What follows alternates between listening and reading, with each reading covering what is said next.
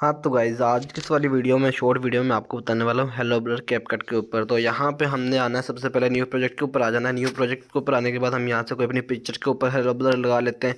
तो मैं इस वाली पिक्चर को यहाँ पे यूज़ कर लेता हूँ। यहाँ पे आने के बाद यहाँ से हम इसका तो जो वाटर मार्क है वो डिलीट कर देंगे। उसके बाद हमने यहाँ पे इस पर हेलो ब्लर का जो इफेक्ट है वो लगाना है। तो उसके बाद हमने यहाँ पे इफेक्ट्स में चले जाना है। यहाँ से हम वीडियो इफेक्ट्स में जाएंगे।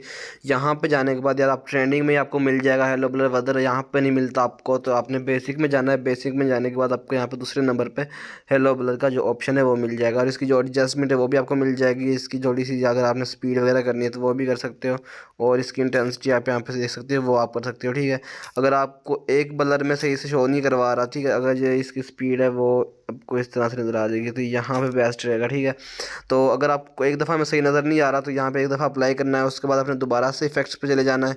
दोबारा से वीडियो इफेक्ट्स पे जाने के बाद भी